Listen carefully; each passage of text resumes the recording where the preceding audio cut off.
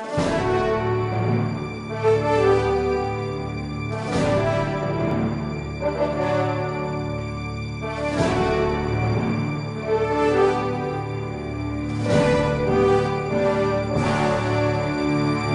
que devemos pensar a respeito do candomblé?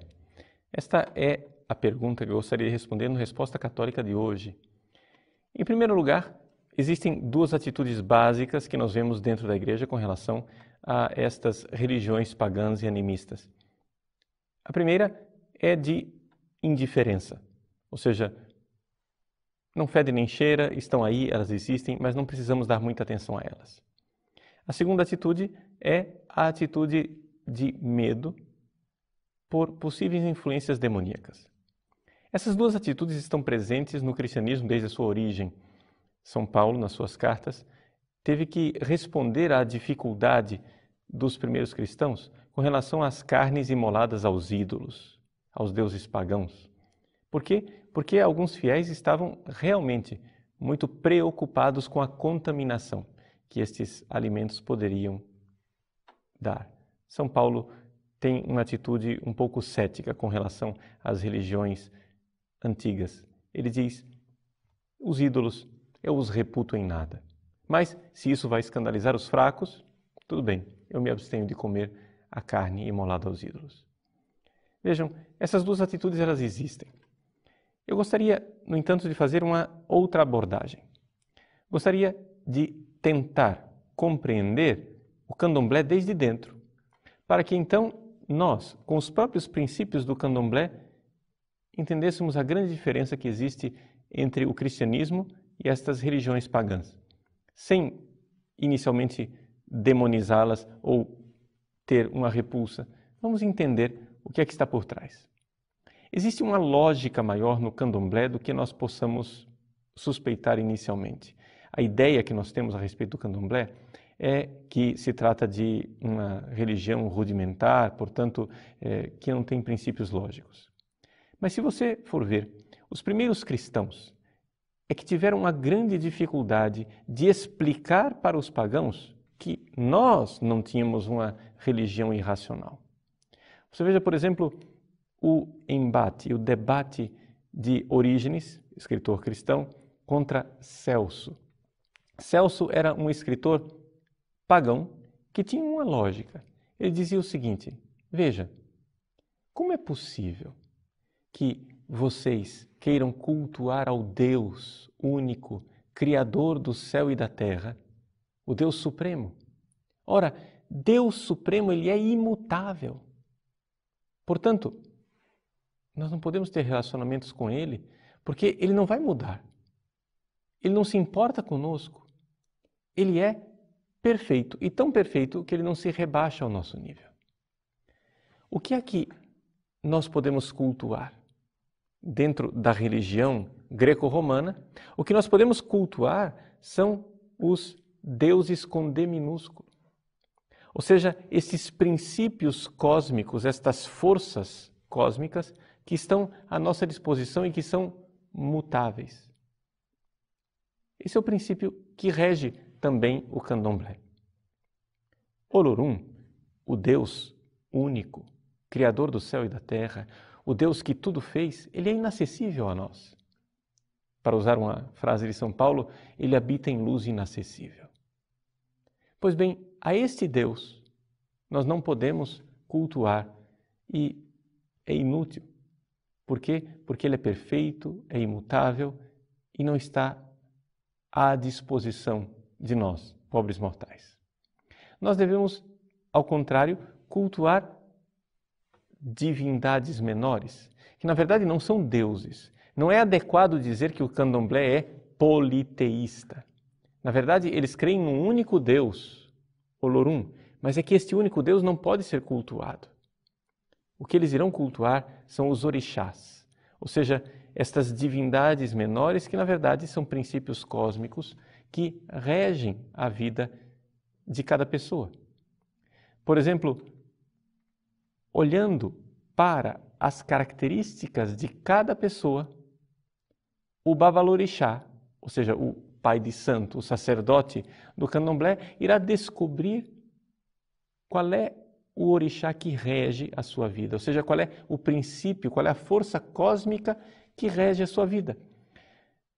Se ele descobrir que, por exemplo, o que rege você é a força das águas, a força do mar, você irá cultuar Iemanjá, assim como os antigos cultuavam Poseidon, os gregos, o deus do mar.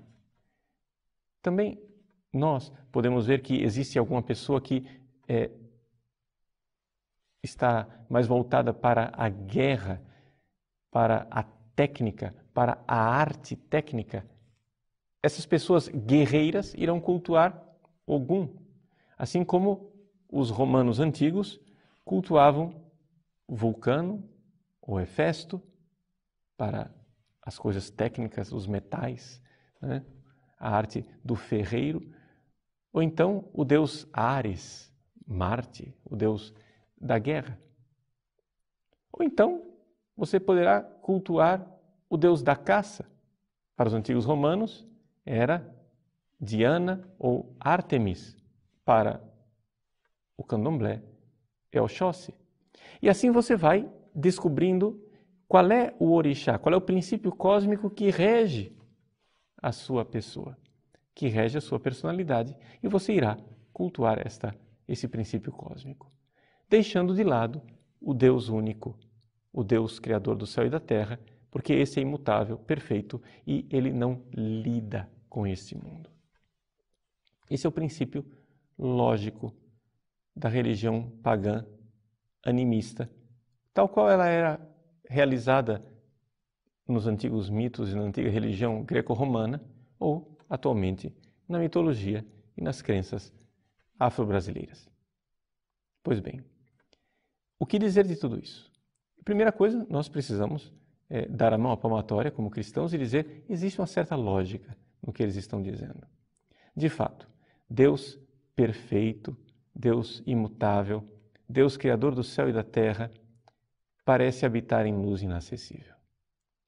Mas nós cristãos, por revelação divina, descobrimos algo que os pagãos não suspeitavam.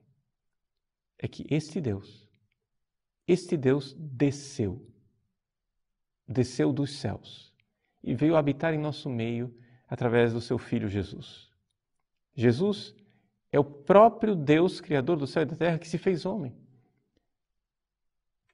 Os pagãos, como Celso, ficam indignados e dizem: como é possível um Deus imutável mudar assim? É que, através da revelação, nós começamos a ver que esta lógica pagã, na verdade, não é muito lógica. Deus imutável, sim, mas não um Deus engessado, um Deus morto. Porque a grande verdade é que nós não temos experiência do que seja imutável. A grande verdade é que quando nós imaginamos o imutável, nós imaginamos algo morto. Ora, nós sabemos que Deus, que é imutável, na verdade é vivo e, portanto, dinâmico. E isto é uma coisa que não cabe na nossa cabeça. Resultado. Na verdade, as religiões pagãs foram vítimas da lógica humana. A lógica humana que nos diz que o que é imutável é morto. Mas nós cremos num Deus vivo. Nosso Deus, ele tem a perfeição da imutabilidade, mas ao mesmo tempo tem também a perfeição da vitalidade e da dinâmica. É um Deus vivo, verdadeiro. Não é um Deus engessado, um Deus impotente. Vejam, esta realidade é difícil de compreender. E nós talvez não a conheceríamos se ela não tivesse sido revelada pelo próprio Deus em Jesus Cristo. Portanto, Deus, onipotente, manifesta a sua grande força e onipotência na mais paradoxal das circunstâncias, na impotência da cruz, em que ele morre.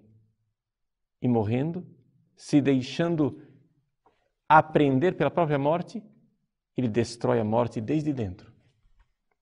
Esta é a forma que Deus escolheu para manifestar a sua onipotência.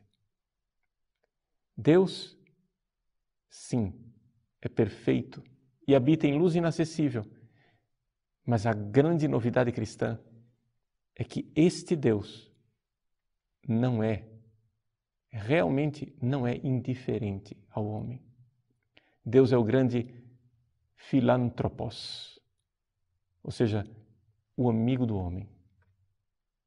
Deus é o grande amigo do homem e se faz homem para nos salvar, para nos levar para aquela luz inacessível.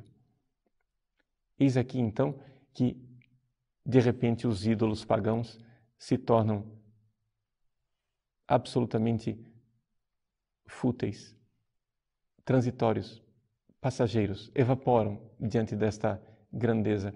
Como um raio de sol numa manhã de névoa faz com que a névoa se disperse, o cristianismo brilhou no mundo e fez com que as religiões pagãs perdessem a sua consistência. Por que ficar agora cultuando criaturas, quando o próprio Criador se importou conosco? Eis aqui a novidade cristã. Eis aqui a revelação, o segredo escondido desde todos os séculos, para expressar, junto com São Paulo, Deus quer que nós estejamos com Ele naquela luz inacessível. Por isso, Ele, aquele único que podia fazer isso, Ele transpõe o abismo que separa Deus e o homem, se faz Deus conosco, mostra que se importa conosco, Ele se compadece, Ele padece conosco e vem para nos levar para a felicidade eterna. Existe algo de incompleto no paganismo.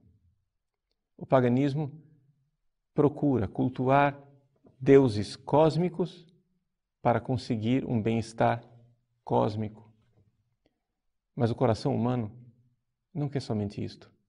Nós queremos uma felicidade perfeita que não está à disposição nesse mundo e que nenhum orixá, nenhum Deus, nenhuma divindade seria capaz de nos dar.